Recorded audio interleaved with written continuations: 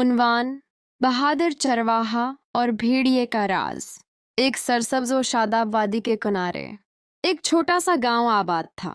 اس گاؤں کے قریب گھنے جنگلات اور بلند پہاڑ تھے، جہاں ہر شام سورج غروب ہوتے ہی ایک پراسرار خاموشی چھا جاتی تھی۔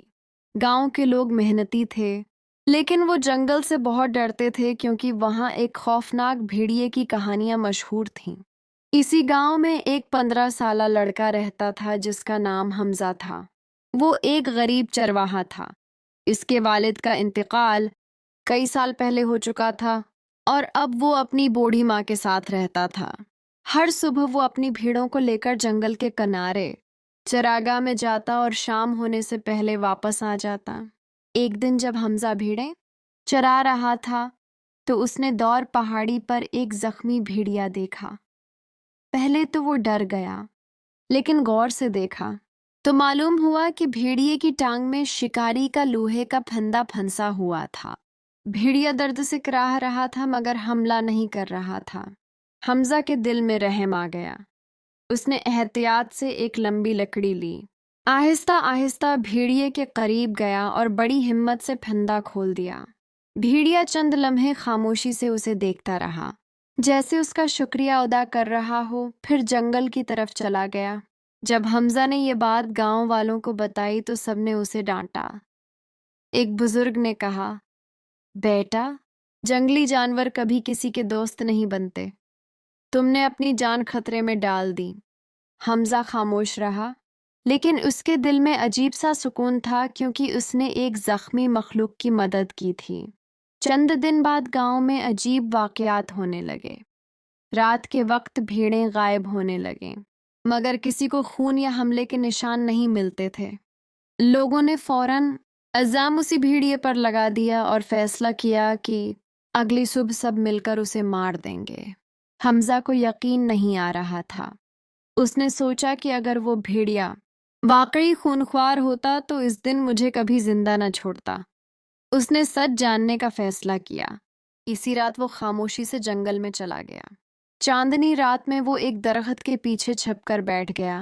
کچھ دیر بعد اسے وہی بھیڑیا نظر آیا، مگر حیرت کی بات یہ تھی کہ وہ بھیڑوں پر حملہ نہیں کر رہا تھا، بلکہ کسی اور سمت دیکھ کر زور زور سے گرا رہا تھا۔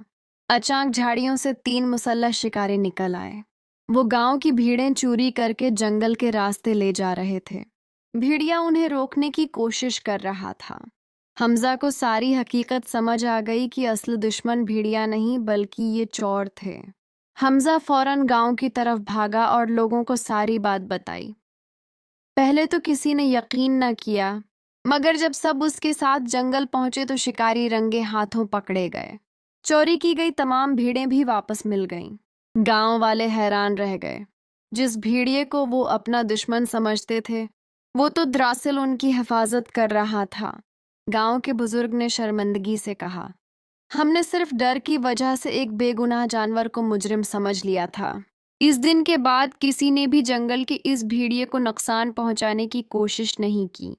وہ بھی کبھی گاؤں پر حملہ نہیں کرتا تھا۔ حمزہ جب بھی اپنی بھیڑیں چرانے جاتا، بھیڑیا دور پہاڑی پر کھڑا خاموشی سے اسے دیکھتا، جیسے دونوں کے درمیان اعتماد کا ایک انوکھا رشتہ قائم ہو گیا ہو۔ وقت گزرتا گیا اور حمزہ کی بہادری اور دانشمندی کی مثال پورے علاقے میں دی جانے لگی۔ لوگ اپنے بچوں کو اس کی کہانی سناتے اور سمجھاتے کہ صرف سنی سنائی باتوں پر یقین نہیں کرنا چاہیے، بلکہ حقیقت جاننے کی کوشش کرنی چاہیے۔ سبق: حقیقی بہادری صرف طاقت میں نہیں بلکہ سچ جاننے، دوسروں پر رحم کرنے اور انصاف کا ساتھ دینے میں ہوتی ہے۔ کبھی بھی کسی کے بارے میں بغیر ثبوت فیصلہ نہیں کرنا چاہیے، کیونکہ حقیقت اکثر ہماری سوچ سے مختلف ہوتی ہے۔